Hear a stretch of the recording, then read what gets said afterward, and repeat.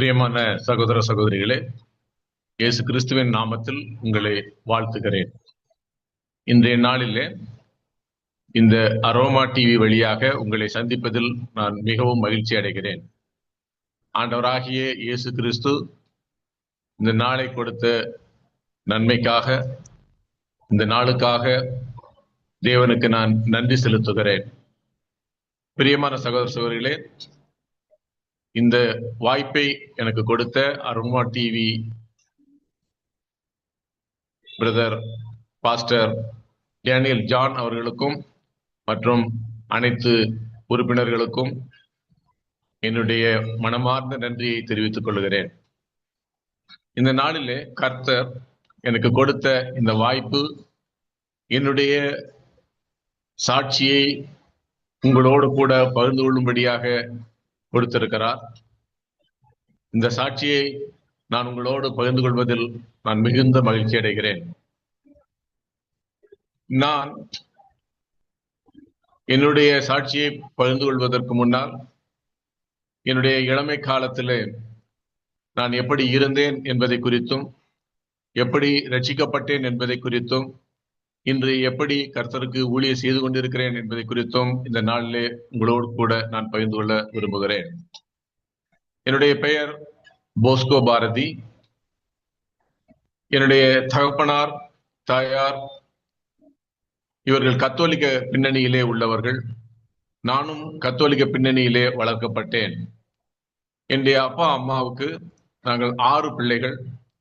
நான் 3வது பிள்ளை. 5 ஆண் மக்களும் 1 பெண் பிள்ளையும் உண்டு. நான் 3வதாக பிறந்தேன். என்னுடைய அண்ணன், அதாவது 2வதாக உள்ளவர், கத்தோலிக்க திருச்சபையிலே குருவானவராக இருக்கிறார். நான் 3வதாக பிறந்தேன். என்னுடைய சிறு வயது முதல் நான் மிகவும் பக்தியாக வளர்க்கப்பட்டேன். அதுவும் கத்தோலிக்க திருச்சபையினுடைய பக்தி மார்க்கத்திலே நான் வளர்க்கப்பட்டேன். தினமும் ஆலயத்துக்கு போவோம், கர்த்தரை அங்கு தரிசிப்போம், துதிப்போம், பாடுவோம், பூசை பார்ப்போம், வீட்டுக்கு வருவோம் என்கிற வாழ்க்கை தான் இருந்தது. இப்படிப்பட்ட சூழ்நிலையிலே என்னுடைய இளமை காலம் எப்படி இருந்தது என்பதை குறித்து நான் பேச விரும்புகிறேன். என்னுடைய இளமை காலமானது மிகவும் படிப்பு படிப்பு படிப்பு என்கிற வரிசையிலே போய்கொண்டிருந்தது. என்னுடைய தகப்பனார் சொல்லுவார், நீ நன்றாக படித்தால், அதாவது ஃபர்ஸ்ட் ரேங்க் வாங்கினால் உனக்கு புது புத்தகங்களும் புது நோட்டுகளும் வாங்கி தருவேன் என்று சொல்லுவார். எனக்கு புது புத்தகங்களும் புது நோட்டுகளும் வாங்குவதிலே எனக்கு மிகவும் பிரியம். மற்ற அண்ணன்மார்களுக்கும் தம்பிமார்களுக்கும் செகண்ட் ஹேண்ட், அதாவது 2வதாக உள்ள, அதாவது ஏற்கனவே படித்த நண்பர்களிடமிருந்து அதை வாங்கி கொடுப்பார்கள். எனக்கு புதியதாக புத்தகம் வேண்டும், புதியதாக நோட்டுகள் வேண்டும் என்று நான் எங்க அப்பாவிடத்திலே கேட்கும் பொழுது அவர் சொல்லுவார், நீ எல்லா பாடத்திலும் நல்ல மார்க் வாங்கி முதல் ரேங்க், வகுப்பிலேயே 1வதாக நீ இருந்தால் உனக்கு நான் அதை வாங்கி தருவேன் என்று சொல்லுவார். அது நிமித்தம் நான் நன்றாக படிப்பேன். அதாவது என்னுடைய ஸ்கூலிங் எல்லாமே ஃபர்ஸ்ட் ரேங்க் என்று போய்கொண்டிருந்தது. இப்படிப்பட்ட சூழ்நிலையிலே நான் 10வது வகுப்பை முடித்தேன், 12வது வகுப்பையும் முடித்தேன். அதன் பிறகு கெமிஸ்ட்ரியிலே இளநிலை பட்டத்தை நான் பெற்றுக்கொண்டேன். இது எல்லாவற்றிலுமே முதலாவதாக, ஃபர்ஸ்ட் கிளாஸ் என்று சொல்லுவார்கள், அது முதல் நிலையிலேயே நான் தேறி வந்தேன். இளநிலை படிப்புக்கு பிறகு முதுகலை படிப்பையும் படித்தேன். என்னுடைய அப்பா மதுரையில் உள்ள ஒரு தனியார் கல்லூரியிலே, அதாவது கவர்மெண்ட் எய்டட் காலேஜ், அதிலே அவர்கள் தமிழ் பேராசிரியராக இருந்தார்கள். எனக்கு சிறு வயதிலிருந்தே எங்க அப்பாவை பார்த்து நானும் அவரை போல ஆக வேண்டும், ஒரு பேராசிரியராக மாற வேண்டும் என்கிற ஆர்வத்திலே நான் இருந்தேன். அதனால் நான் என்னுடைய படிப்பு எல்லாமே, என்னுடைய காலங்கள் எல்லாமே படிப்பை நோக்கியே போய்கொண்டிருந்தது. அதே போல கர்த்தர் எனக்கு அதை வாய்க்க செய்தார் என்பதை நான் பின்னால் உணர்ந்தேன். அதாவது என்னுடைய முதுநிலை படிப்பு முடித்த உடனே அதே கல்லூரியில் என் தந்தை வேலை பார்த்து ரிட்டையர் ஆகும் பொழுது அந்த கல்லூரியிலே நான் வேதியியல் பேராசிரியராக பணிபுரிய எனக்கு அழைப்பு கிடைத்தது, அனுமதி கிடைத்தது. அதற்காக நான் கர்த்தரை நன்றி செலுத்துகிறேன். அதிலேயே நான் தொடர்ந்து நான் வேலை பார்த்து கொண்டே என்னுடைய PhD, அதாவது முனைவர் பட்டத்தையும் பெற்றுக்கொண்டேன். இது என்னுடைய இளமை காலமாக இருந்தது. என்னுடைய இளமை காலத்துல இது என்னுடைய முழு வாழ்க்கையுமே படிப்பை மட்டுமே கொண்டிருந்ததனால் மற்ற எந்த காரியத்தை குறித்தும் நான் அதிகமாக கவலைப்பட்டது இல்லை. அதாவது படிப்பு என்றால் நான் எதையும் விட்டு விடுவதற்கு நான் தயாராக இருந்தேன். சினிமாக்களுக்கு என்னுடைய அண்ணன் தம்பிமார் எல்லாரும் போவார்கள், ஆனால் நான் போக மாட்டேன். மறுநாள் எக்ஸாம் இருக்கிறது என்று சொன்னால் நான் உட்கார்ந்து படிப்பேன். இப்படித்தான் என்னுடைய இளமை காலம் இருந்தது. இப்படிப்பட்ட சூழ்நிலையில என்னை கர்த்தர் தேர்ந்தெடுத்திருக்கிறார் என்பது எனக்கு தெரியாது. நான் என்னுடைய படிப்பை மட்டுமே குறிக்கோளாக கொண்டு போய் கொண்டிருந்தேன். அதன் பிறகு முதுநிலை படிப்பு முடித்த பிறகு எனக்கு கல்யாணம் என்கிற அந்த காலம் வந்தது. அதாவது என்னுடைய உறவினரான பெண், அதாவது லதா என்கிற அருமையான சகோதரியை கர்த்தர் எனக்கு துணைவியாக கொடுத்தார். அவர்கள் என்னோடு கூட இணைந்து என்னுடைய வாழ்க்கை மிகவும் சந்தோஷமான வாழ்க்கையாக போய்கொண்டிருந்தது. எங்களுக்கு 2 பிள்ளைகளை கர்த்தர் கொடுத்தார். 2 பிள்ளைகள் என்று சொல்லும் பொழுது மூத்த பிள்ளை பெண் பிள்ளை, அது பெயர் ரினு பாரதி. இளையவன் 2வது பையன், அவன் பெயர் ரிஜு பாரதி. சோ இந்த 4 பேரும், நாங்க 4 பேரும் ஒரு குருவிக்கூடு போல வாழ்ந்து கொண்டிருந்தோம். எங்கள் சந்தோஷமான வாழ்க்கை என்று சொன்னால் இப்படித்தான் இருக்கும் என்று சொல்லக்கூடிய அளவிற்கு எங்களுடைய வாழ்க்கை இருந்தது. இப்படிப்பட்ட சூழ்நிலையிலே, மிகவும் சந்தோஷமான ஒரு வாழ்க்கை சூழ்நிலையிலே நாங்கள் போய்கொண்டிருந்தோம். எங்களுக்கு இந்த சூழ்நிலை எல்லாவற்றிலும் கர்த்தரை அறியாத பிள்ளைகளாய் இருந்தோம். கத்தோலிக்க திருச்சபையில இருந்தோம். எப்படி இருந்தோம் என்று சொன்னால், திருப்பலிக்கு போகும் பொழுது, போக வேண்டும் என்கிற நேரம் வரும் பொழுது திருப்பலிக்கு போவோம். திருப்பலி முடியும் பொழுது உடனடியாக வெளியே வந்து எங்க ஹோட்டலுக்கு போவோம், அல்லது சினிமாவுக்கு போவோம், அல்லது பார்க்குக்கு போவோம் என்று சொல்லி எங்களுடைய வாழ்க்கையை நாங்கள் நடத்தி கொண்டிருந்தோம். அதாவது கர்த்தரை அறியாத பிள்ளைகளாய் இருந்தோம், இயேசுவை அறியாத பிள்ளைகளாய் இருந்தோம். கத்தோலிக்க திருச்சபையிலே எப்படி எல்லாரும் இருப்பார்களோ அதே போலதான் நாங்களும் எங்களுடைய வாழ்க்கையை ஓட்டிக்கொண்டு இருந்தோம்.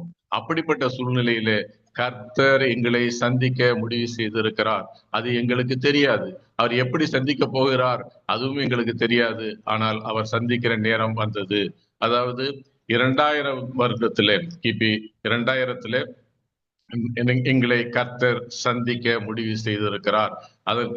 அந்த வேலை வந்த பொழுது நாங்கள் மிகவும் அதிர்ந்து போனோம்.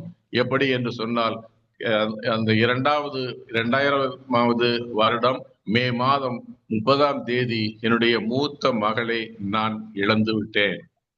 இதுதான் மிகப்பெரிய டேர்னிங் பாயிண்ட். அதாவது எங்கள் வாழ்க்கையிலே ஒரு பெரிய திருப்பு முனையாக அமைந்தது.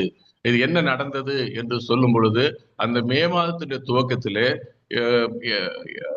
ஊரெல்லாம் அம்மை என்று சொல்லக்கூடிய, சின்னம்மை என்று சொல்லக்கூடிய அம்மை பாதிப்பு இருந்தது. அந்த மதுரை என்கிற பட்டணத்திலே நாங்கள் வாழ்ந்து கொண்டிருந்தோம். தமிழ்நாட்டில் உள்ள மதுரையிலே வாழ்ந்து கொண்டிருந்தோம்.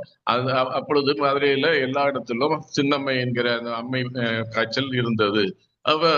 அந்த அம்மையானது முதலாவதாக சிறு பையனுக்கு வந்தது. அதை தமிழ்நாட்டில் எப்படி பார்ப்பார்கள் என்று சொன்னால், அம்மை என்பது ஒரு அம்மன் கோபப்பட்டால் வரக்கூடிய ஒரு வியாதியாக பார்ப்பார்கள். கத்தோலிக்க திருச்சபையிலுமே அதை ஏற்றுக்கொள்வார்கள்.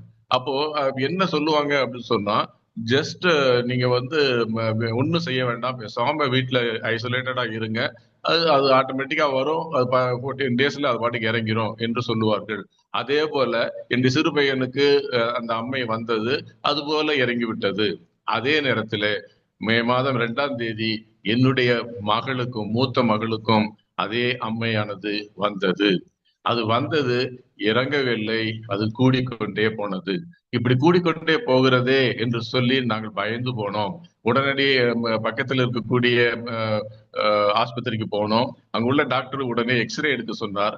எக்ஸ்ரே எடுத்து பார்க்கும் பொழுது, ஒரு வாரம் கழித்து எக்ஸ்ரே எடுத்து பார்க்கும் பொழுது, அதுல அவளுடைய லங்ஸ்ல, அவளுடைய நுரையீரலில் நீர் உருவாகி இருக்கிறது, அதாவது நிமோனியா ஃபார்ம் ஆகியிருக்கிறது என்று டாக்டர் பதற்றத்தோடு சொல்ல கேட்டோம். உடனடியாக அவர் என்ன சொன்னார் என்று சொன்னால், ஒரு பெரிய ஹாஸ்பிட்டலுக்கு கொண்டு போங்கள் என்று சொல்லிவிட்டார். உடனடியாக நாங்கள் மதுரையில் உள்ள மிகப்பெரிய ஆஸ்பத்திரி அப்பல்லோ ஆஸ்பத்திரிக்கு, அப்போலோ ஹாஸ்பிட்டலுக்கு கொண்டு போனோம். அங்கே கொண்டு போகும் பொழுது அங்கே அவர் சொன்னார்கள், யூ ஆர் வெரி லேட், நீங்க ரொம்ப பிந்தி வந்திருக்கிறீர்கள் என்று சொன்னார்கள். நாங்கள் அவர்களை கெஞ்சினோம். அவங்க சொன்னாங்க, we will treat, நாங்க முடிந்த அளவுக்கு நாங்கள் அவருக்கு காப்பாற்றுவதற்கு முயற்சி செய்கிறோம் என்று சொல்லி அவளை அங்க ஆஸ்பத்திரியிலே அட்மிட் பண்ணினார்கள். அப்போ இப்படிப்பட்ட சூழ்நிலையில இந்த இந்த ட்ரீட்மெண்ட் ஆனது அங்கே அப்போலோ ஆஸ்பத்திரியிலே நடந்து கொண்டிருந்தது. டாக்டர்கள் எல்லாம் என்ன சொன்னாங்கன்னா, ஷி இஸ் கெட்டிங் வெல், நன்றாக இருக்கிறாள், நன்றாக இருக்கிறாள், நன்றாக இருக்கிறாள் என்று ஒவ்வொரு நாளும் சொல்லிக்கொண்டே வந்தார்கள். இந்த என்னுடைய மகளை குறித்து நான் இன்னும் கொஞ்சம் அதிகமாக உங்களிடத்திலே சொல்ல வேண்டும் என்று விரும்புகிறேன். ஏனென்றால் அவருடைய மரணம் ஒரு டேர்னிங் பாயிண்ட், அதாவது திருப்புமுனை என்று உங்களுக்கு சொன்னேன். ஏனென்றால் கர்த்தர் அவளை கொண்டு எங்களை வேறு திசையிலே, நாங்கள் போய்கொண்டிருந்த திசையை விட்டு நேர் எதிராக ஒரு 180 டிகிரிக்கு ஆண்டவர் எங்களை முற்றிலுமாக திருப்பி இருக்கிறார். அந்த திருப்புதல் எங்கள் மகள் மூலமாக செய்தார். அவள் அதற்கு கருவியாக கர்த்தரால தேர்ந்தெடுக்கப்பட்டிருந்தாள் என்பதை நாங்கள் அப்போது உணரவில்லை. எப்படி என்று சொன்னால், ஒரு வருடத்துக்கு முன்னால் கத்தோலிக்க திருச்சபையிலே ஹோலி கம்யூனியன், அதாவது புது நன்மை என்று கொடுக்கிற ஒரு சடங்கு இருக்கிறது. அந்த சடங்குக்கு, அந்த திருவருட்சாதனத்தை அவள் பெற்றுக்கொள்வதற்காக அவளை தயாரிக்கும் பொழுது, அந்த நாளிலிருந்து, எப்பொழுது அவள் ஹோலி கம்யூனியன் பெற்றுக்கொண்டாலோ அந்த நாளிலிருந்து அவளுடைய வாழ்க்கையிலே மிகப்பெரிய மாற்றம் உண்டானதை நாங்கள் பார்த்தோம். அதாவது அதனால் வரைக்கும் சினிமாவுக்கு நாங்கள் போனால் அவளும் கூட சினிமாவுக்கு வருவாள். அதன் பிறகு சினிமாவுக்கு வேண்டாம் என்று சொல்லிவிட்டாள். நாங்களும் போகக்கூடாது, நானும் வரமாட்டேன் என்று சொல்லிவிட்டாள். ஹோலி கம்யூனியன் வாங்கின பிறகு, அதாவது புதுநன்மை பெற்றுக்கொண்ட பிறகு, திருவிருந்திலே அவள் இணைந்த பிறகு அவளுடைய வாழ்க்கையிலே அந்த பெரிய மாற்றத்தை பார்த்தோம். அவளுடைய பேச்சிலே மாற்றத்தை பார்த்தோம். அவளுடைய நடவடிக்கையிலே மாற்றத்தை பார்த்தோம். எல்லாவற்றிலுமே அவள் முற்றிலுமாக மாறுபட்டவளாக இருந்தாள். அவளை எந்த வகையிலும் யாரும் குறை சொல்ல முடியாத அளவுக்கு அவள் அவ்வளவு தூய்மையான வாழ்க்கை வாழ்கிறவளாக இருந்தாள். தினமும் பைபிள் வாசிப்பாள். கல்லூரிக்கு, பள்ளிக்கு போகும் பொழுது அவள் 6வது வகுப்பு படித்துக் கொண்டிருந்தாள். பள்ளிக்கு போகும் பொழுது பைபிளை கையோடு கொண்டு போவாள். பஸ் ஸ்டாப்பில் உட்கார்ந்து பைபிளை வாசித்துக் கொண்டிருப்பாள். சினிமா கதைகள் கேட்க மாட்டாள், சினிமா கதைகள் பேச மாட்டாள். இப்படிப்பட்ட வாழ்க்கை வாழ்ந்து கொண்டிருந்தாள். அப்படி இருக்கும் பொழுது ஒரு நாள் அவள் சொன்னாள், அப்பா, என்னுடைய பள்ளியிலே என்னை டான்ஸ் ஆடும்படியாக ஒரு டான்ஸ் ப்ரோக்ராமுக்கு என்னை எடுத்திருக்கிறார்கள். எனக்கு ஒரு பாட்டு வேண்டும் என்று கேட்டாள். நான் சினிமா பாட்டுக்கு அவள் ஆட விரும்புகிறாள் என்று நினைத்து நான் கேட்கும் பொழுது அவள் சொன்ன, இன்னும் எனக்கு சினிமா பாடல்கள் வேண்டாம், எனக்கு கிறிஸ்தவ பாடல் வேண்டும் என்று கேட்டாள். கிறிஸ்தவ பாடல் என்று சொன்னால், எனக்கு அதுவரைக்கும் கிறிஸ்தவ பாடல் ஒன்று கூட நான் கேட்டது கிடையாது. எங்கள் வீட்டிலே அப்படி ஒரு கேசட் கூட கிடையாது. அப்படிப்பட்ட சூழ்நிலையிலே நான் ஒரு கடைக்கு போனேன், ஒரு ஸ்டுடியோ கடைக்கு போனேன். அந்த கடையில போய் ஒரு கிறிஸ்தவ பாடல் வேண்டும் என்று கேட்டேன். அந்த கடைக்காரர் சொன்னார், இப்பொழுது ஃபாதர் பெர்க்மான்ஸ் என்று சொல்ல, கத்தோலிக்க திருச்சபையிலிருந்து தனியாக பணியாற்றி கொண்டிருக்கிற ஃபாதர் பெர்க்மான்ஸ் அவர்கள் நிறைய கிறிஸ்தவ பாடல்கள் போட்டிருக்கிறார். அதுல ஒரு 14வது வால்யூம், அது 14வது அத்தியாயத்துல ஒரு டான்ஸ் பிராக்டிஸ் பண்ணக்கூடிய அளவிற்கு ஒரு பாட்டு இருக்கிறது. அதை வேண்டுமானால் நீங்க வாங்கி கொண்டு போங்கள் என்று சொன்னார். நாங்கள் அதை வாங்கி கொண்டு வந்து அதை போட்டு பார்த்தோம். அதில் இருக்கக்கூடிய பாடல் என்ன என்று சொன்னால், பள்ளங்கள் எல்லாம் நிரம்பிட வேண்டும், பள்ளங்கள் எல்லாம் நிரம்பிட வேண்டும், மலைகள் குன்றுகள் தகர்ந்திட வேண்டும், ராஜா வருகிறார் ஆயத்தமாவோம் என்று சொல்லுகிற அருமையான பாடல் அதுல இருந்தது. அந்த பாடலை அவள் தேர்ந்தெடுத்தாள். இந்த பாடலுக்கு நான் டான்ஸ் ஆடுகிறேன், நான் நடனம் செய்கிறேன் என்று சொல்லி அந்த பாடலுக்கான கோரியோகிராஃபி, அதாவது நடன அமைப்புகளை கூட அவளே செய்து கொண்டாள். அவளாகவே அந்த பாட்டை போடுவாள், கேசட் ரெக்கார்டர்ல போட்டு விட்டு அவளாகவே டான்ஸ் ஆடுவாள். அதை பார்க்கும் பொழுது எங்களுக்கெல்லாம் உள்ளம் பூரிக்கும். இவ்வளவு அருமையாக ஆடுகிறாளே, இவ்வளவு அருமையாக ஆடுகிறாளே என்று சந்தோஷப்படுவோம். அதே போல அந்த பாட்டை கொண்டு போய் பள்ளியிலே போட்டு அதற்கு பரிசையும் பெற்றுக் கொண்டு வந்தால் அதை குறித்து நாங்கள் மிகவும் பெருமையாக இருந்தோம். இப்படிப்பட்ட சூழ்நிலையிலே இந்த அம்மை ஆனது, அதாவது அடுத்த நெக்ஸ்ட் இயர் 2000, இது நடந்தது 99, அடுத்தாவது 2000 அவளுக்கு இந்த அம்மை நோய் வந்தது. அவள் ஆஸ்பத்திரியிலே அனுமதிக்கப்பட்டாள். அப்படி அனுமதிக்கப்பட்டிருக்கும் பொழுது அவள் என்ன செய்வாள், அவளுக்கு நேரம் போகாத பட்சத்துல டிவியில ஏதாவது கார்ட்டூன் ஏதாவது பாருங்க, இதை பாருங்க சொல்லி நாங்கள் பார்க்கும்படியாக சொன்னாலும் அதை அதை வேண்டாம் என்று சொல்லிவிட்டு அவள் கிறிஸ்தவ ப்ரோக்ராம்ஸ், அதாவது கிறிஸ்டியன் ப்ரோக்ராம்ஸ் டிவியில வந்தால் அதை மட்டும் போடுங்கள் என்று சொல்லி அதை பார்க்கிற பிள்ளையாக இருந்தாள்.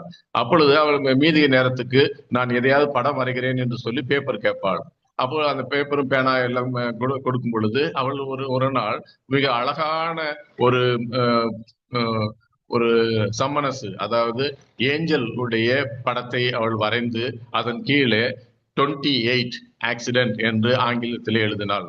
28 என்ற நம்பர், 28 என்கிற நம்பரை எழுதி அதன் பக்கத்திலே ஆக்சிடென்ட் என்று ஆங்கிலத்திலே எழுதியிருந்தாள். நாங்கள் அதை ஒன்றும் பெரிதாக பார்க்கவில்லை. படம் நன்றாக இருக்கிறது என்று சொல்லிவிட்டு நாங்கள் அப்படியே அதை அவள் வைத்திருந்த பைபிளுக்குள்ளே வைத்து விட்டோம். அவள் அதன் பிறகு மெடிக்கல் ட்ரீட்மெண்ட் நடந்தது.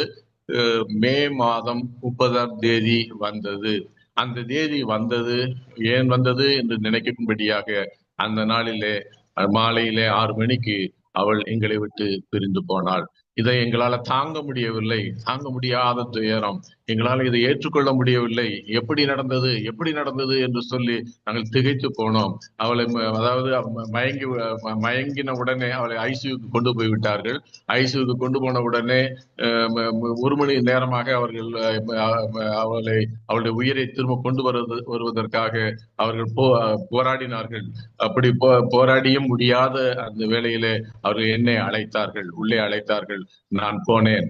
அங்குள்ள டாக்டர் சொன்னார், sorry sir, we cannot save her, it is just accident என்று சொன்னார். அதாவது சார், எங்களால் முடியவில்லை, இது ஒரு விபத்து என்று சொன்னார். இதை அந்த வார்த்தையை கேட்டு நாங்கள் வெளியே வந்தோம். அப்ப பின்னாளிலே அந்த வார்த்தையை நாங்கள் நினைத்து பார்த்தோம்.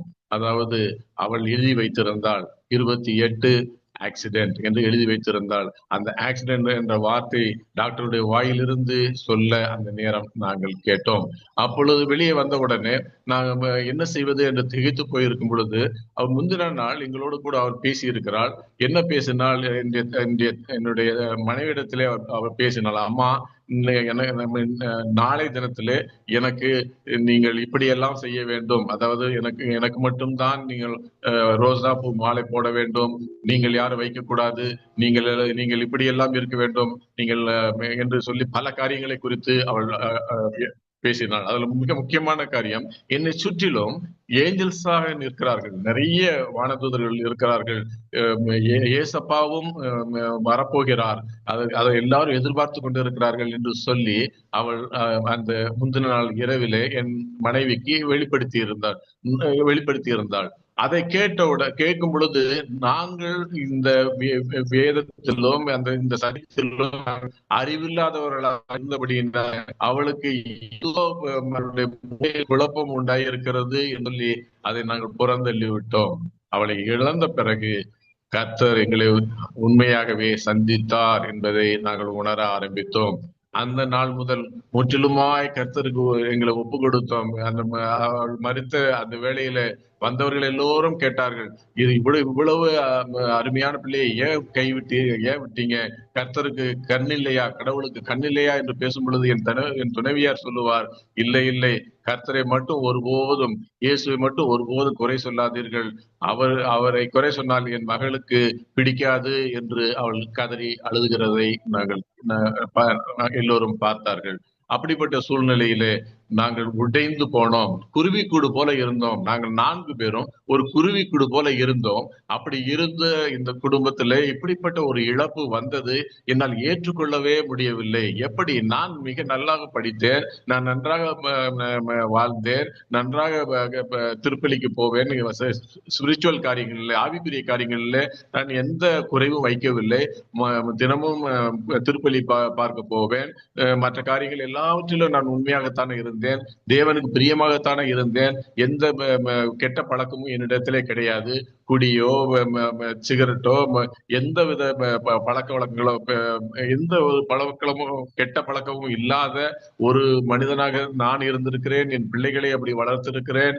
எனக்கு துணைவியாரும் அப்படிப்பட்டவர்களாக இருக்கிறார்கள். அப்படிப்பட்ட சூழ்நிலையில எங்களுக்கு ஏன் இது வந்தது என்கிற அந்த மிகப்பெரிய கேள்விக்கு எனக்கு பதில் தெரியாமல் நாங்கள் உடைந்து போயிருந்தோம். ஒரு வாரத்துல கர்த்தர் அதுக்கு பதில் கொடுக்கிறவராக இருந்தார். அதாவது வீட்டுல எல்லாவற்றையும் ஒதுங்க வைத்துக் கொண்டிருந்தோம். எல்லா காரியங்களும் ஒதுங்க வைத்துக் கொண்டிருக்கும் பொழுது என் மனைவி வந்து சொல்லுவாங்க, அவள் எப்பொழுது நான் நினைத்தாலும் அவள் ஆஸ்பத்திரியில பட்ட கஷ்டங்கள் தான் என் கண்ணுக்கு முன்னால் வந்து நிற்கிறது. இப்பொழுது அந்த கேசட், அதாவது அவள் ஆடுவாளே ஒரு பாட்டு, அந்த பள்ளங்கள் எல்லாம் நிரம்பிட வேண்டும், அந்த கேசட்டை எடுத்து போடுங்க. அது போடும் பொழுது அவள் அழகாய் டான்ஸ் ஆடி கொண்டிருந்த அந்த அந்த இமேஜ் என் கண்களுக்கு வரும். சந்தோஷமாக இருக்கிற அந்த முகத்தை நான் பார்க்க விரும்புகிறேன் என்று சொன்னாள். நான் அதை தேடிக்கொண்டு இருக்கும் பொழுது டெலிபோன் மணியானது ஒலித்தது. லேண்ட்லைன்ல இருந்து பெல் வந்தது. நான் அதை பக்கத்தில் இருந்ததால் உடனடியாக எடுத்து என் காதலியை வைத்தேன். அப்படி வைக்கும் பொழுது அதாவது மணி மதியம் 3 மணி இருக்கும். அந்த நேரத்துல ரிசீவரை எடுத்து என்னுடைய காதுகளில் வைக்கும் பொழுது அதுல இருந்து எனக்கு ஹலோ என்கிற சத்தமோ யாரும் பேசுகிற சத்தமோ இல்லாமல் ஒரு பாடல் ஒன்று அந்த டெலிபோன் ரிசீவர்ல எனக்கு கேட்டது. என்ன பாடல் வருகிறது என்று சொல்லி கவனிக்கும் பொழுது அது ஃபாதர் பெர்க்மான்ஸ் அவர்களுடைய வாய்ஸ்ல, அவர்களுடைய குரலிலே அந்த பாடல் எனக்கு கேட்டது. அதாவது இந்த 14வது வால்யூம்ல பள்ளங்கள் எல்லாம் நிரம்பிட வேண்டும் என்கிற பாடல் ஃபாதர் பெர்க்மான்ஸ் அவர்கள் தான் பாடியிருக்கிறார்கள். அதையே கேட்டு கேட்டு பழகினபடியினாலே எனக்கு அந்த உடனடியாக அந்த வாய்ஸ் ரெகக்னைஸ் பண்ண முடிந்தது, என்னால் கண்டுகொள்ள முடிந்தது. அந்த கேட்கிற குரல் வந்து பெர்க்மான்ஸ் அவர்களுடைய குரல் என்று உணர்ந்து கொண்டேன். ஆனால் ஒரு பாடல் கேட்கிறது, ஆனால் எந்த பாடல், அது என்ன பாடல் என்று என்னால் கண்டுகொள்ள முடியவில்லை, என்னால் கண்டுபிடிக்க முடியவில்லை. இப்படிப்பட்ட சூழ்நிலையில நான் அப்படியே நிலைகுலைந்து உட்கார்ந்து இருக்கும் பொழுது என்னுடைய மனைவியும் மற்ற வீட்டில் இருக்கக்கூடிய மற்றவர்களும் ஓடி வந்து என்ன என்ன என்ன போன் கால் என்று கேட்டார்கள். அப்ப நான் சொன்னேன், இல்ல ஒரு பாடல் கேட்கிறது என்று சொன்னேன். அவர்களும் ரிசீவரை வாங்கி அவர்களுடைய காதுகளிலே வைத்தால் அவர்கள் யாரும் எதுவுமே கேட்கவில்லை. ரிசீவரை மீண்டுமாக டெலிபோன்ல வைத்த பொழுது ரிங்டோன் வர ஆரம்பித்தது. அந்த என்ன நடந்தது என்பது யாருக்கும் தெரியாததாக மாறிவிட்டது.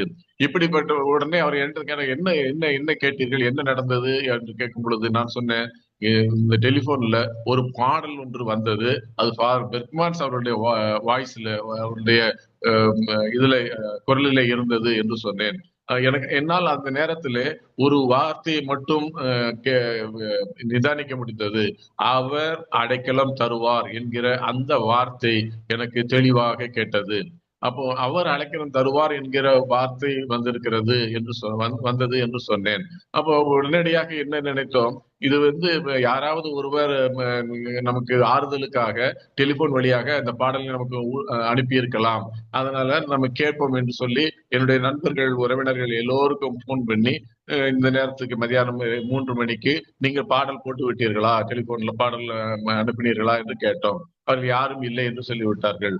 உடனடியாக நான் என்ன செய்தேன், காளையார் கோயில், அதாவது பெர்க்மான்ஸ் அவர்கள் வசிக்கக்கூடிய காளையார் கோயில் இருக்கக்கூடிய அவருடைய ஜப கூட்டத்திற்கு நான் போன் செய்தேன். அவர்கள் சொல்லிவிட்டார்கள், ஃபாதர் இப்பொழுது வெளிநாட்டில் இருக்கிறார்கள்,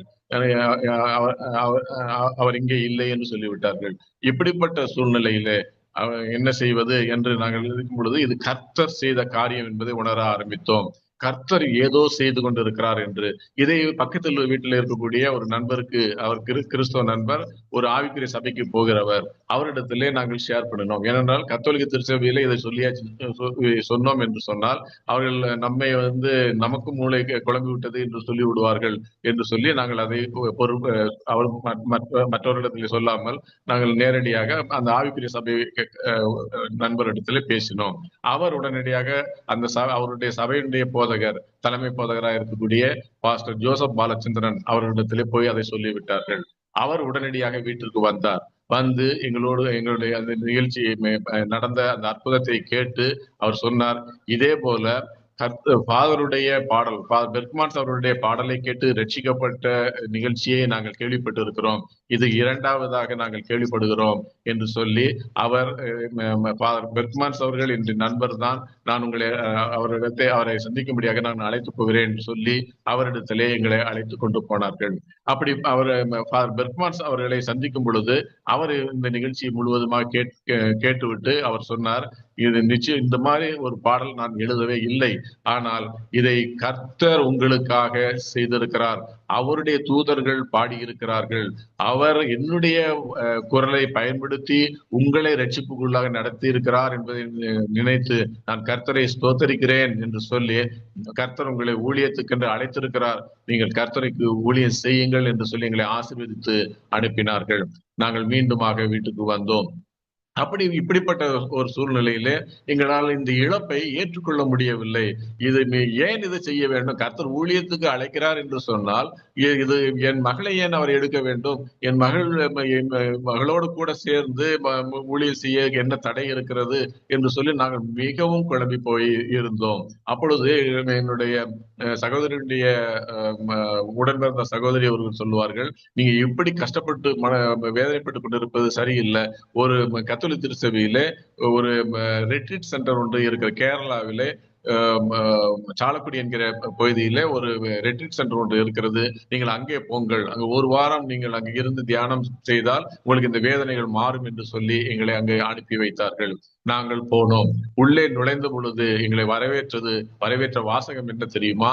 அதாவது உங்கள் துக்கம் சந்தோஷமாக மாறும் என்கிற வசனம் அந்த பேனரிலே காணப்பட்டது. நான் என் மனைவியை பார்த்தேன், அவள் என்னை பார்த்தாள். நம்முடைய துக்கம் சந்தோஷமா எப்பொழுதும் மாறக்கூடுமோ என்று ஒருவரை பார்த்து கொண்டு உள்ளே போனோம். அங்கே எல்லாரும் சாட்சி சொன்னார்கள். என்ன சாட்சி சொன்னார்கள்? அதாவது நாங்கள் இயேசுவை தேடினோம், இயேசு எங்களை விடுவித்தார், இயேசு எங்களுக்கு அற்புதம் செய்தார், இயேசு எங்களை குணமாக்கினார் என்று சொல்லி எல்லோரும் சாட்சி சொன்னார்கள். நாங்கள் மிகவும் உடைந்து போனோம். நாம் தேடாமல் விட்டுவிட்டோமே, இயேசுவை கண்டுகொள்ளாமல் விட்டுவிட்டோமே என்று சொல்லி நாங்கள் உடைந்து போனோம். அடுத்த நாள், 2வது நாள் அடுத்து தொடர்ந்து சாட்சி சொல்லுகிறவர்கள் வந்தார்கள். அப்பொழுது அவர்கள் சொன்னார்கள், நாங்கள் இழப்புக்கு மத்தியிலே நாங்கள் கர்த்தரை கண்டு கொண்டோம் என்று சாட்சி சொன்னார்கள். நாங்கள் ஜெபித்தோம், கர்த்தர் எங்களுக்கு இந்த இழப்பை அனுமதித்தார், இந்த இழப்பின் மூலமாக கர்த்தரை நாங்கள் தெரிந்து கொண்டோம் என்று சாட்சி சொன்னார்கள். அதை கேட்ட பொழுது நாங்கள் கொஞ்சம் தெளிவடைந்தோம். கர்த்தர் இழப்பின் மத்தியிலே நம்மை தேர்ந்தெடுத்திருக்கிறார் என்று நாங்கள் உணர்ந்து கொண்டோம். ஆனாலும் தொடர்ந்து வரக்கூடிய செய்திகளை எல்லாம் கேட்க ஒரு காரியம் எங்களுக்கு தெரிந்தது. அதாவது ரட்சிக்கப்பட்டவர்கள் பரலோகத்துக்கு போவார்கள் என்றும் ரட்சிக்கப்படாதவர்கள் நரகத்துக்கு போவார்கள் என்றும் எடுத்து சொல்லிக்கொண்டே இருந்தார்கள். அப்பொழுது என் மனத்திலே ஒரு கேள்வி வந்தது, என்னுடைய மகள் ரட்சிக்கப்பட்டு இருக்கிறாளா? என்னுடைய மகள் இப்பொழுது எங்கே இருக்கிறாள்?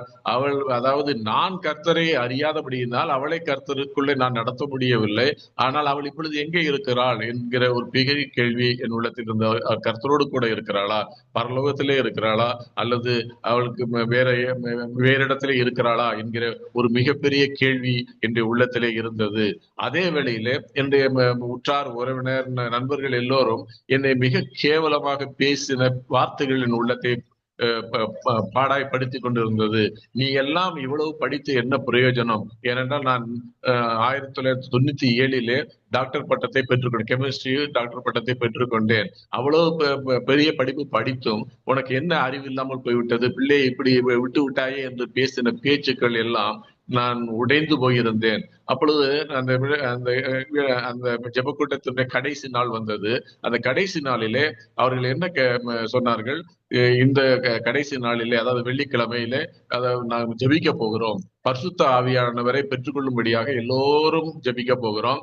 யாரெல்லாம் சத்தம் போட்டு கர்த்தரை கூப்பிடுகிறீர்களோ, அல்லேலூயா என்று சொல்லி சத்தம் போட்டு கர்த்தரை கூப்பிடுகிறீர்களோ அவர்கள் மீது கர்த்தர் ஆண்டவராகிய இயேசு பரிசுத்த ஆவியை ஊற்றுவார் என்று, பரிசுத்த ஆவியானவர் உங்கள் மேல் இறங்கி வருவார் என்று எடுத்து சொன்னார்கள். அதன்படி அங்கிருந்த அத்தனை பேரும், 200-300 பேர் இருப்பார்கள், அவ்வளவு பேரும் அல்லேலூயா என்று கத்தினார்கள். எல்லோரும் கத்தும் பொழுது நானும் கத்தும்படியாக, அதே போல அதாவது இது வந்து சத்தமாக பேசுறதல்ல, கத்துகிற அந்த சத்தம், அந்த கத்துகிற சத்தத்தை செய்வதற்கு நான் ரெடியாக இருந்தேன். ஹல்லேலூயா என்று கத்துவதற்கு நான் தயாராக இருந்தேன். அதுக்கு 2 காரணங்கள் உண்டு. ஒன்று, அப்படி அதிகமாய் சத்தம் போட்டு கத்தும் பொழுது இருதயம் வெடித்து இறந்து போய்விடலாம். அதாவது இந்த என்னுடைய நண்பர்கள், உறவினர்கள் எல்லோரும் பேசின பேச்சுக்கள் எல்லாம் ஒன்றுமில்லாமல் போய்விடும் என்று நினைத்தேன். இரண்டாவதாக, என் மகள் எங்கே இருக்கிறாள் என்கிறதற்கு ஒரு பதில் தெரியாமல் இங்கிருந்து போகிறதுல ஒரு அர்த்தம் இல்லை என்கிற ஒரு மனநிலையிலும் நான் இருந்தேன். அப்படிப்பட்ட சூழ்நிலையிலே ஹல்லேலூயா என்று நான் மிக பயங்கரமாக கத்திக் கொண்டிருந்தேன். அப்படி கத்திக்கொண்டே இருக்கும்பொழுது என் கண்கள் இருள ஆரம்பித்தது. அதாவது அந்த மேடையிலே ஒரு மிக அருமையான ஒரு இயேசு கைகளை விரித்தபடி நிற்கக்கூடிய ஒரு அழகான படம் ஒன்று மேடையிலே பெரிய படம், பேனர் ஒன்று வைக்கப்பட்டிருக்கும். அப்படிப்பட்ட அந்த பேனர் ஆனது என்னை கண்களை விட்டு மறைய ஆரம்பித்தது. அதாவது நான் மயங்கி கொண்டிருப்பதாக நான் நினைத்தேன். ஆனால் அந்த படம் மறைந்த உடனே ஒரு காட்சி ஒன்று என் கண்களுக்கு முன்னாலே விரிகிறதை பார்த்தேன். ஒரு 70mm திரைப்படம் ஒன்று பார்ப்பது போல என்னுடைய கண்கள் பார்க்க ஆரம்பித்தது. என்னுடைய கண்கள் பார்க்க ஆரம்பித்த உடனே நான் கூர்ந்து கவனித்தேன். அது மிகப்பெரிய ஒரு ஒரு ஒரு ஒரு அழகான இடம். அந்த இடத்துல ஒரு 2 பக்கங்களிலும் நடுவில் ஒரு பாதை இருக்கிறது. அது வெல்வெட்டு போல இருக்கிறது. அதனுடைய 2 பக்கங்களிலும் அநேக புனிதர்களும் சமணசுகளும் நின்று அல்லேலூயா அல்லேலூயா என்று கத்திக் கொண்டிருக்கிறார்கள். இங்கே கீழே அந்த ஹாலில் எப்படி கத்திக் கொண்டிருக்கிறார்களோ அதற்கு சமமாக, அதை விட அதிகமாக அவர்கள் அல்லேலூயா என்று கத்துகிற அந்த சத்தத்தை நான் கேட்டேன். அப்பொழுது அந்த அந்த அந்த பாதை நடுவில் இருக்கக்கூடிய அந்த பாதை, அந்த மறுமுனையிலே ஒரு சிம்மாசனத்தை பார்க்கிறேன். ஒரு சிம்மாசனம் இருக்கிறது. அது ஒரு வெண்மையான சிம்மாசனம் இருக்கிறது. அதிலே ஒருவர் அமர்ந்திருக்கிறதை நான் பார்க்கிறேன். அது மிக தூரத்திலே பார்க்கிறேன். அந்த மிக தூரத்திலே இருக்கக்கூடிய அந்த சிம்மாசனத்திலே அமர்ந்திருக்கிறவர் அந்த சிம்மாசனத்தோடு கூட முன்னே என்னை நோக்கி வருகிறதை பார்க்கிறேன். அவர் முன்னாடி வந்து கொண்டே இருக்கிறார். முன்னாடி வர வர வர வர வருகிறார் வருகிறார் வருகிறார் என்று நான் பார்த்து கொண்டே இருக்கிறேன். அவர் மிக அருகே வந்து, அதாவது மிக அருமையான இடத்துல, மிக அருமையான அருகிலே அவர் வந்த பொழுது அவருக்கு முன்பாக 3 படிக்கட்டுகளை நான் பார்த்தேன். 3 படிக்கட்டுகளிலே 3வது படிக்கட்டிலே ஒரு இளம் பெண் நிற்கிறதை பார்க்கிறேன். அதாவது 10-11 வயது நிரம்பிய ஒரு சிறுமி கைகளை கூப்பி அந்த சிம்மாசனத்தை நோக்கி, சிம்மாசனம் அமர்ந்திருக்கிறவரை நோக்கி கைகளை கூப்பி எப்படி நிற்கிறதை பார்க்கிறேன். அவளுடைய முகத்தை என்னால் பார்க்க முடியவில்லை. அவளுடைய ஹேர் ஸ்டைலை பார்க்கும் பொழுது அது என்னுடைய மகளுடைய ஹேர் ஸ்டைலாக இருக்கிறது. அவள் அணிந்திருக்கிற வெண்ணாடையை பார்க்கிறேன். அது அவள் ஹோலி கம்யூனியன்ல அவளுக்கு என் துணைவியார் தைத்து கொடுத்திருந்த அருமையான அந்த வெண்ணாடையாக அதை பார்த்தேன். அதே வேளையிலே நான் சிம்மாசனத்திலே அமர்ந்திருக்கிறவரை நோக்கி பார்த்தேன். அவர் சந்தோஷத்தில் அந்த அவர் இருக்கிறதை, சந்தோஷத்தோடு அவர் இருக்கிறதை பார்க்க முடிந்தது. அவருடைய முகத்தை என்னால் பார்க்க முடியவில்லை. அவர் அந்த சிம்மாசனத்தில் இருந்து எழுந்து கொள்கிறதை பார்க்கிறேன். அவர் எழுந்து அந்த படிக்கட்டுகள் வழியாக அவர் இறங்கி படிப்படியாக படிகளிலே இறங்கி என்னுடைய நிற்கக்கூடிய அந்த சிறுமியிடத்துக்கு கிட்டே வருகிறதை நான் பார்க்கிறேன். அப்படி பார்க்கும் பொழுது என்னுடைய காதிலே ஒரு சத்தம் கேட்கிறது. இதுதான் உன்னுடைய மகள் என்கிற சத்தம் என்னுடைய காதுகளிலே கேட்டது.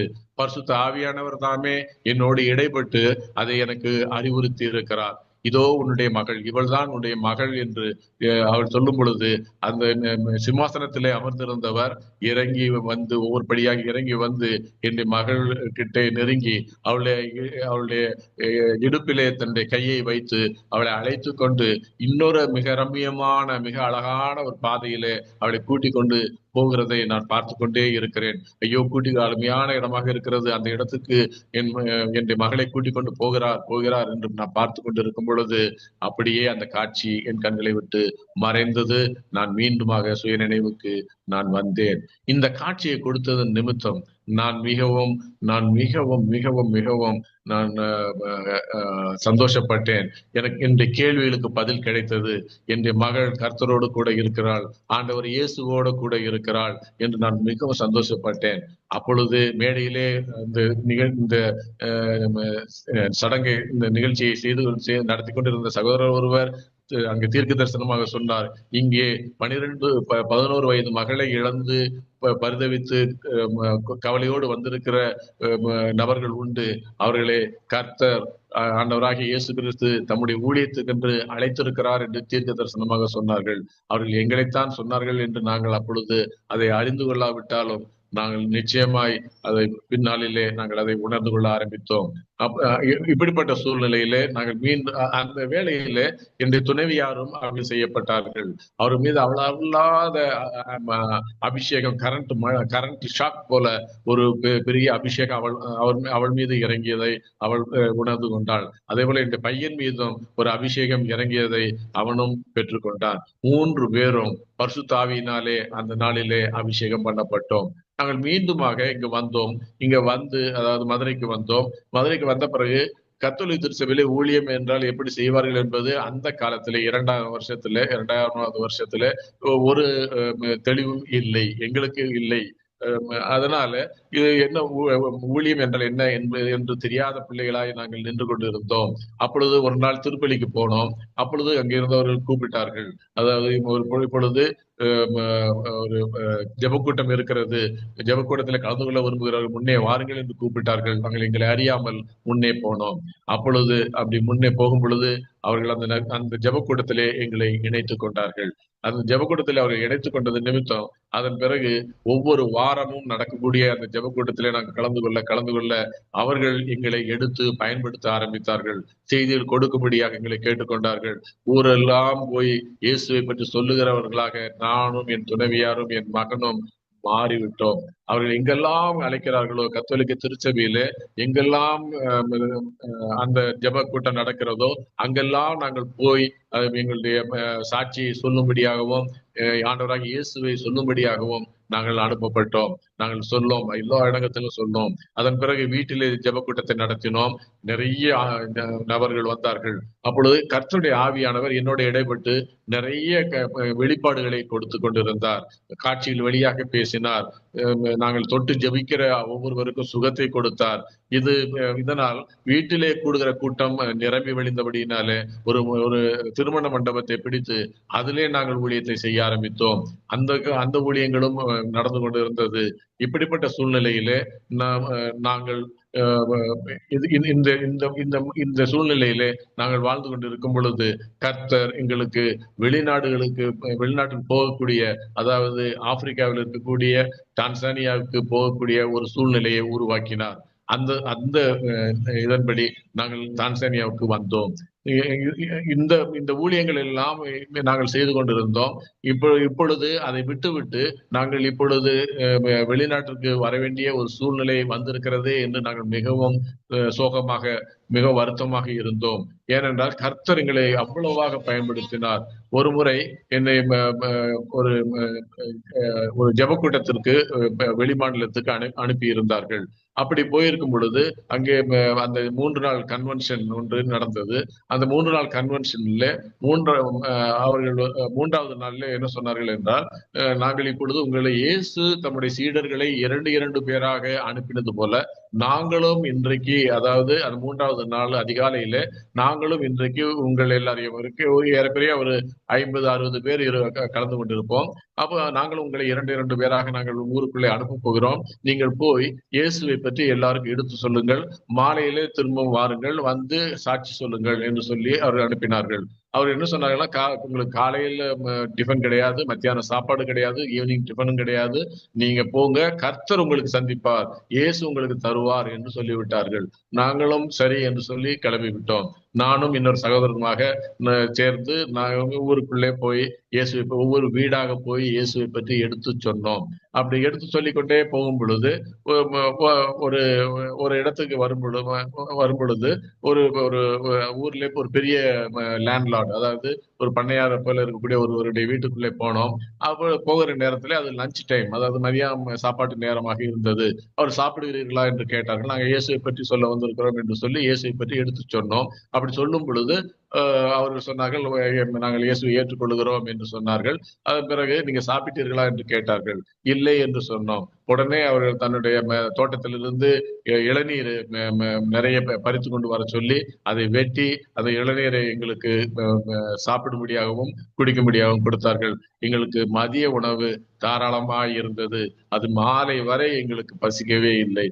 அதன் பிறகு அந்த மதிய வேளையிலே நாங்கள் தொடர்ந்து இன்னொரு இடத்துக்கு போனோம். அப்படி போய் கொண்டிருக்கும் பொழுது ஒரு இடத்துல அடிபம்பு என்று சொல்லக்கூடிய தண்ணீர் அடித்து பூமிக்கு அடியில இருந்து வெளியே கொண்டு வருகிற அந்த அடிபம்ப் என்கிற அந்த பம்பு சுற்றி ஒரு 5-6 பெண்கள் சோகத்தோடு உட்கார்ந்து இருந்தார்கள். ஏன் இப்படி உட்கார்ந்து இருக்கிறீர்கள் என்று அவர்களிடத்துல கேட்டோம். அவர் சொன்னாங்க, நாங்க காலையில 4 மணியிலிருந்து இங்க உட்கார்ந்து இருக்கிறோம். இப்பொழுது மணி 12, 1 மணி ஆகிறது. இந்த குழாயிலிருந்து ஒரு சொட்டு தண்ணீர் கூட வரவில்லை. எங்களுக்கு குடிக்க தண்ணீர் இல்லை. நாங்கள் என்ன செய்வோம் என்று சொன்னார்கள். அப்புறம் நாங்க சொன்னோம், நாங்கள் இப்பொழுது ஜெபிக்கிறோம்.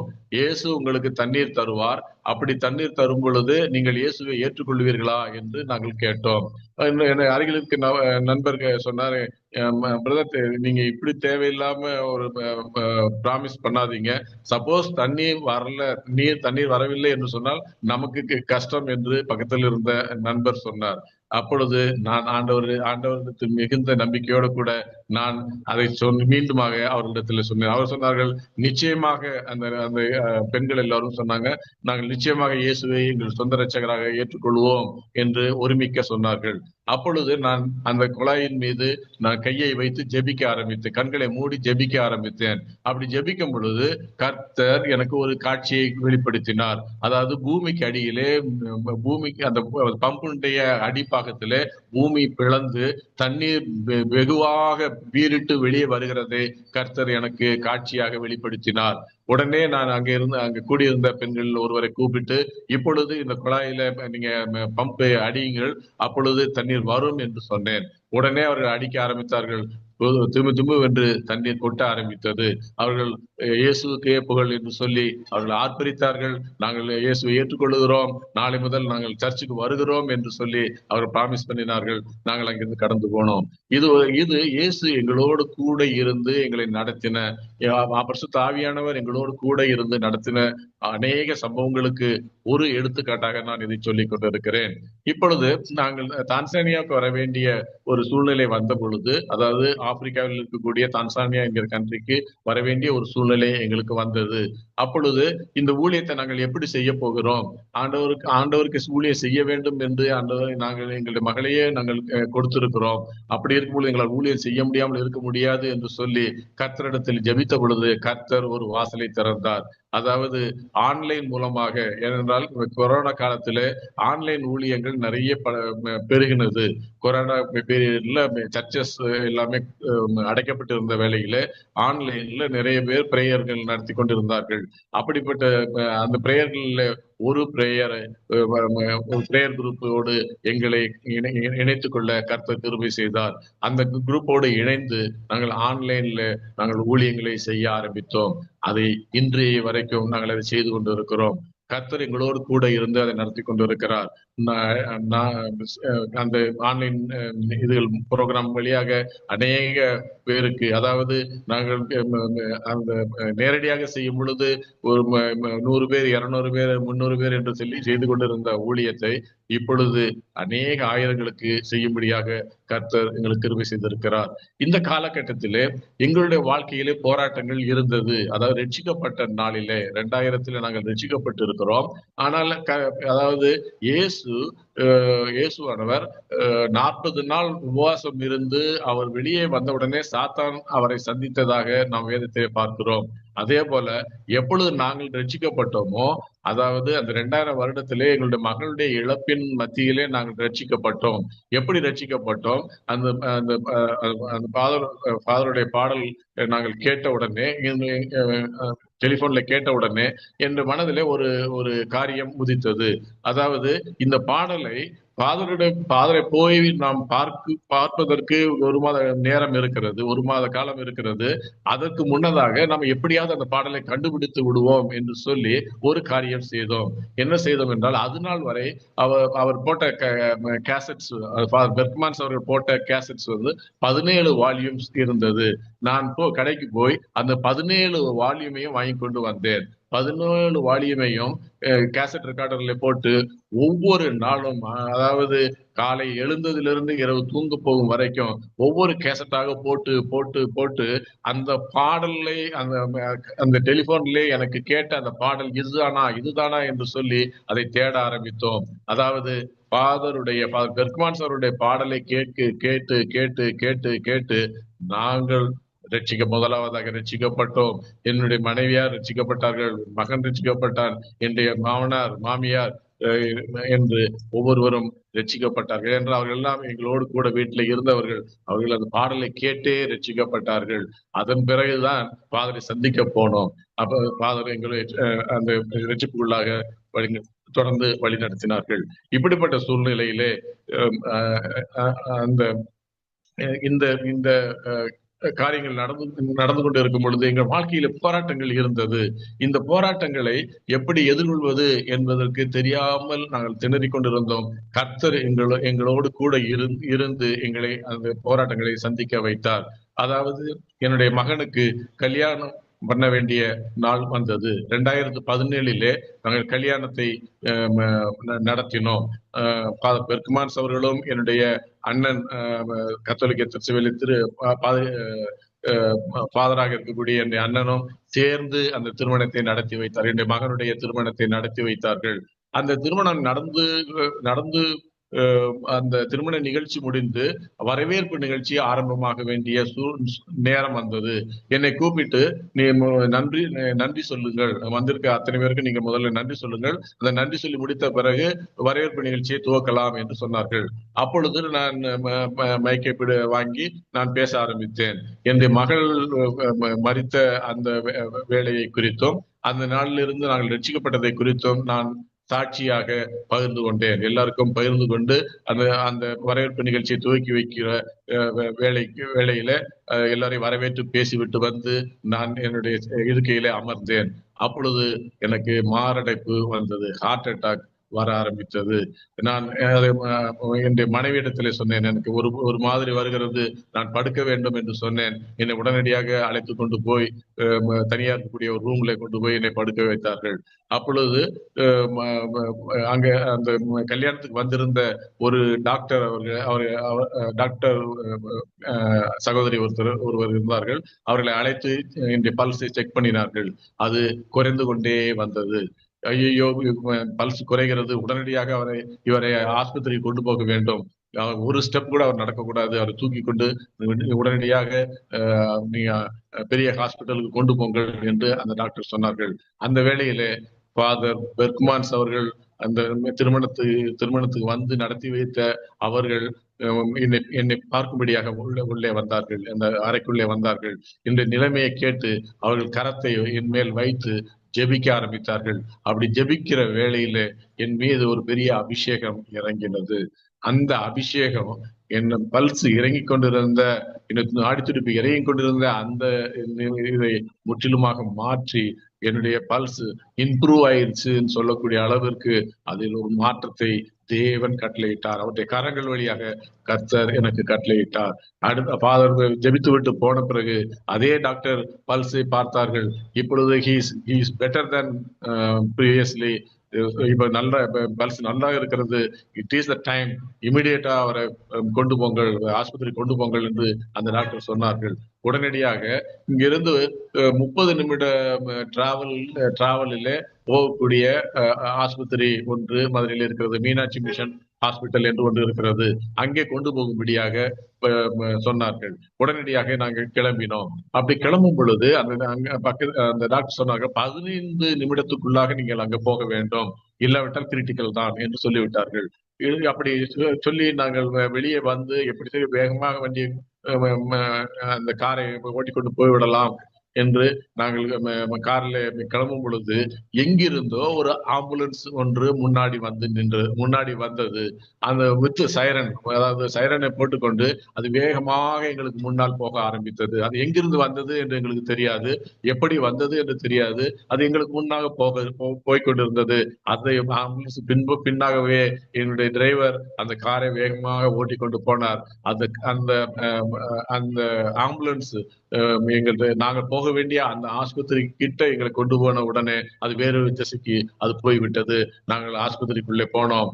அங்கே ஆச்சரியப்படும்படியாக டாக்டர் எல்லோரும் தயாராக நின்று கொண்டிருந்தார்கள். போயின உடனே அவங்க செக் பண்ணி பார்த்துட்டு we will do the procedure immediately, உடனடியாக நாங்கள் இவருக்கு சிகிச்சை செய்கிறோம் என்று சொல்லி உடனடியாக ஐசியூக்கு கொண்டு போனார்கள். அவர்கள் அந்த ப்ரொசீஜர் என்று சொல்லப்படுகிற அந்த காரியத்தை அவர்கள் செய்ய ஆரம்பிக்கும் பொழுது அவர்கள் பேசுகிறது என் காதிலே கேட்டது. கீ சிங்கிங் என்று சொல்லிக்கொண்டே அவர்கள் அதை செய்து கொண்டிருந்தார்கள். அப்படி செய்து கொண்டிருக்கும் பொழுது ஒரு அடைப்பு 100% இருந்தது, இன்னொரு அடைப்பு 90% இருந்தது. அந்த 100% அடைப்பை அவர்கள் திறந்த பொழுது இருதயத்திலே ரத்தம் பாய்கிறது என்று அவர்கள் சொன்னார்கள். இருதயத்திலே ஓபன் தட் 100% என்று சொன்னார்கள். அது சரியான பொழுது எனக்கு உயிர் மீண்டும் வந்ததை நான் உணர ஆரம்பித்தேன். கர்த்தர் என்னை காப்பாற்றினார். அந்த இன்னும் ஒரு 10 நிமிடம் தாமதித்திருந்தால் உயிர் இழந்திருப்பார் என்று சொல்லக்கூடிய வேளையில நான் அதிசயத்தக்க விதமாக கர்த்தருடைய கரத்தினாலே காப்பாற்றப்பட்டேன். இது எனக்கு நடந்த பெரிய அதிசயம். கர்த்தர் என்னை உயிரோடு வைத்தது அவருடைய ஊழியத்தை செய்யும்படியாக, அவருடைய சாட்சியை சொல்லும்படியாக, அவருக்கு தொடர்ந்து நான் பணி செய்யும்படியாக அவர் என்னை உயிரோடு வைத்திருக்கிறார் என்று நான் அந்த நாள் முதல் அவருக்கு இன்னும் அதிகம் ஆர்வமாய் அவருக்கு ஊழியம் செய்ய ஆரம்பித்தேன். தொடர்ந்து ஊழியம் செய்து கொண்டு இருக்கிறோம். அதே போல என்னுடைய மனைவியாருக்கும் என்னுடைய துணைவியாருக்கும் ஒரு ஒரு கிரிட்டிக்கலான சிச்சுவேஷன் ஒன்று வந்தது. அவர்கள் என்னோடு கூட இங்க டான்சானியாவில இருக்கும் பொழுது அவர்களுக்கு கர்ப்பப்பையிலே ஒரு கட்டி ஒன்று இருந்தது. அது இங்க இருக்கக்கூடிய மருத்துவர்கள் அதை சரியாக கணிக்கவில்லை. ஒரு வருடத்திற்கு பிறகு, கிட்டத்தட்ட ஒரு வருடமாக அதை வைத்துக் கொண்டு இருந்திருக்கிறார்கள். நாங்கள் ஜெபித்துக் கொண்டே இருந்தோம். ஒரு வருடத்துக்கு பிறகு மதுரைக்கு போய் அங்க செக்அப் பண்ணும் பொழுது அவர் சொன்னார்கள், இது ஒரு கட்டி கர்ப்பப்பையில இருக்கிறது, உடனடியாக அதை கர்ப்பப்பையை ரிமூவ் பண்ண வேண்டும், எடுத்து விட வேண்டும் என்று சொல்லி அதை அதற்கு ஏற்பாடு செய்தார்கள். அப்படி செய்து அதை டெஸ்டுக்கு அவர்கள் அனுப்பின பொழுது அது ஒரு கேன்சர் கட்டி என்று கண்டு கொண்டார்கள். அப்ப கேன்சர் கட்டி என்று சொன்னால் அதுக்கான கீமோ எல்லாம் கொடுக்க வேண்டியிருக்கும் என்று சொல்லி கொண்டிருந்தார்கள். அப்படிப்பட்ட சூழ்நிலையில நான் இங்கே நான் இங்கு இருந்து அவளுக்காக ஜெபித்துக் கொண்டிருந்தேன். ஏனென்றால் எனக்கு தெரியாது அவளுக்கு வயிற்றிலே கட்டி இருக்கிறது என்றோ கர்ப்பப்பையை எடுக்க வேண்டியிருக்கும் என்றோ தெரியவில்லை. நான் உடனடியாக போவதற்கான சூழ்நிலையும் அப்பொழுது இல்லை. அதனால் நான் இங்கிருந்து அவளுக்காக ஜெபித்துக் கொண்டிருந்தேன். அங்கே அவள் பிள்ளைகளும் அவளும் சேர்ந்து ஜெபித்துக் கொண்டிருந்தார்கள். அந்த ஆபரேஷன் வெற்றியாக நடக்கும்படியாக கர்த்தர் செய்தார். அந்த கட்டியை அவர்கள் டெஸ்டுக்கு அனுப்பும் பொழுது அது அதிசயத்தக்க விதமாய் ரிப்போர்ட் வந்தது. அது கேன்சர் கட்டி தான், ஆனா அது வேறு எங்கும் அது ஸ்ப்ரெட் ஆகவில்லை, வேறு எங்கும் பரவவில்லை. கர்த்தர் அதை பாதுகாத்திருக்கிறார். இது எங்கும் பரவாதபடிக்கு கர்த்தர் அதை கட்டி வைத்து பாதுகாத்திருக்கிறார் என்று டாக்டர்கள் அதை அறிக்கை செய்தார்கள். அப்படி அவளுடைய உயிரும் காப்பாற்றப்பட்டது. கர்த்தர் நேரடியாக அவளுடைய இடைப்பட்டு அவளை சுகப்படுத்தி இருக்கிறார். இப்படிப்பட்ட சூழ்நிலையில நாங்கள் தொடர்ந்து அவருக்காக ஓடிக்கொண்டிருக்கிறோம். கர்த்தர் எங்களை பாதுகாத்து வந்து கொண்டிருக்கிறார். இன்னும் அவருக்காக ஓடுவதற்கு நாங்கள் தயாராக இருக்கிறோம். எனவே பிரியமான சகோதர சகோதரிகளே, இந்த நாளில் இருந்து நாம் கர்த்தரை இறுக்கமாக பிடித்துக் கொள்வோம். அவரை அறியாத பிள்ளைகளுக்காக நாங்கள் இதை நாங்கள் சொல்லிக் கொண்டிருக்கிறோம். கத்தோலிக்க திருச்சபையில இருந்தாலும் சரி, வேறு திருச்சபையில இருந்தாலும் சரி, வேறு மதத்திலே இருந்தாலும் சரி, இயேசுவை பிடித்துக் கொள்ளுங்கள். இயேசுதான் ரட்சகர். அவர் ஒருவரே நம்மை மீட்க முடியும். அவர் எங்களை மீட்டிருக்கிறார். எத்தனையோ சூழ்நிலையிலிருந்து அவர் மீட்டிருக்கிறார். துன்பத்திலிருந்து, மகளை இழந்த துன்பத்திலிருந்து எங்களை மீட்டிருக்கிறார். இதோ மாரடைப்பிலிருந்து என்னை மீட்டிருக்கிறார். கேன்சர் கிட்டிலிருந்து என் மனைவியை மீட்டிருக்கிறார். அவர் உங்களையும் காப்பாற்றுவார், உங்களையும் வழிநடத்துவார் என்று இந்த நாளிலே நான் உங்களோடு சொல்லிக்கொள்ள விரும்புகிறேன். எனவே பிரியமானவர்களே, நாம் ஜெபிப்போம். ஹல்லேலூயா. ஸ்தோத்திர ஆண்டவரே, தகப்பனே, இதோ அருமையான வேலைக்காக நமக்கு நன்றி செலுத்துகிறோம். உங்களுடைய அனாதி திட்டத்தின்படி தகப்பனே, இதோ இந்த வேளையில நீங்க இந்த நிகழ்ச்சியை ஒழுங்கு செய்திருக்கிறீங்கப்பா. அரோமா டிவியில தகப்பனே, நாங்க ஆண்டவரே அறியேன் ஆண்டவரே ஒரு சாட்சியை சொல்லும்படியாக இந்த வாய்ப்பை கொடுத்திருக்கிறீங்கப்பா. தமிழில ஆண்டவரே கொடுக்கும்படியாக நீங்க கிருபை செஞ்சிருக்கிறீங்கப்பா. அதுக்கு நன்றி கர்த்தர். நீர் ஆண்டவரே எனக்கு செய்த அடையாளங்களும் அற்புதங்களும் ஏராளம் தகப்பனே. ஒன்றிரண்டை ஆண்டவரே இவர்களுக்கு சாட்சியாக குறிப்பாக எடுத்து சொல்லும்படியான நேரத்தை எங்களுக்கு கொடுத்திருக்கிறீர். அதற்கு நன்றி செலுத்துகிறோம். இந்த வாய்ப்பை கொடுத்த அரோமா டிவிக்கு நன்றி செலுத்துகிறோம். அருமையான பாஸ்டர் டேனியல் ஜான் அவர்களுக்கு நன்றி செலுத்துகிறோம். கர்த்தர் அளவில்லாமல் ஆசீர்வதிப்பீராக, அவரை முற்றிலுமாய் ஆசீர்வதிப்பீராக, அவருடைய குடும்பத்தை ஆசீர்வதிப்பீராக, அவருடைய ஊழியத்தை ஆசீர்வதிப்பீராக. அவர் செய்து வருகிற ஒவ்வொரு பணியிலும் தகப்பனே உங்க கரம் அவரோடு இருந்து அவரை நடத்தட்டும் ஆண்டவரே. அவர் இன்னும் எண்ணற்ற ஆண்டவரை ஆத்துமாக்களை உமக்கு ஆதாயம் பண்ணும்படியாக அவருடைய மினிஸ்டரை இன்னும் பலுகி பெருக வேண்டுமா ஜெபிக்கிறோம். முற்றிலுமாய் தாழ்த்தி இந்த கரங்களை ஒப்பு கொடுக்கிறோம். இதை கேட்கிற, இந்த சாட்சியை கேட்கிற ஒவ்வொருவரும் தகப்பனே தொடப்பட வேண்டுமாய் ஜெபிக்கிறோம். ஒவ்வொருவரும் தகப்பனே இயேசுவே ஆண்டவர் இந்த அறிக்கை செய்யும்படியா, அவர்கள் அனைவரும் உண்மை கண்டுகொள்ளும்படியா தகப்பனே நீ நடத்துவீராக. இந்த கரங்களை தாழ்த்து ஒப்பு கொடுக்கிறோம். ஆண்டவராகிய இயேசு கிறிஸ்துவின் அதி உன்னத விலையேறப்பட்ட നാമത്തിൽ ജപിக்கிறோம். ആമേൻ. ഓർമ്മയുടെ മനോരഥത്തിൽ മായാത്ത ഓർമ്മയ്ക്കായി അരോമ മാട്രിമോണിയിൽ നിന്നും ജീവിത പങ്കാളിയെ കണ്ടെത്തൂ. നിങ്ങൾ ഒരു ക്രിസ്തീയ ജീവിത പങ്കാളിയെ അന്വേഷിക്കുകയാണോ? അതോ മക്കൾക്ക് അനുയോജ്യമായ ഒരു തക്ക തുണയ്ക്ക് വേണ്ടി പ്രാർത്ഥിക്കുന്ന വ്യക്തിയാണോ? എങ്കിൽ അരോമ മാട്രിമോണി നിങ്ങൾക്ക് വേണ്ടിയാണ്. ഇന്നു തന്നെ സൗജന്യമായി രജിസ്റ്റർ ചെയ്യൂ. അരോമ മാട്രിമോണിയുടെ പ്രത്യേകതകൾ: രജിസ്ട്രേഷൻ തികച്ചും സൗജന്യം. ലോകത്തെവിടെയുമുള്ള അനുയോജ്യമായ ക്രിസ്തീയ ജീവിത പങ്കാളിയെ തിരഞ്ഞെടുക്കാം. വിവാഹം നടക്കുന്നതുവരെ സർവീസ് ലഭിക്കുന്നു. ഏറ്റവും ചെറിയ പാക്കേജുകളും തിരഞ്ഞെടുക്കാം. അരോമ മാട്രിമോണി നിങ്ങൾക്കായി ഒരുക്കുന്നു വിവാഹം പരമാനന്ദം. Email aroma matrimony2020@gmail.com.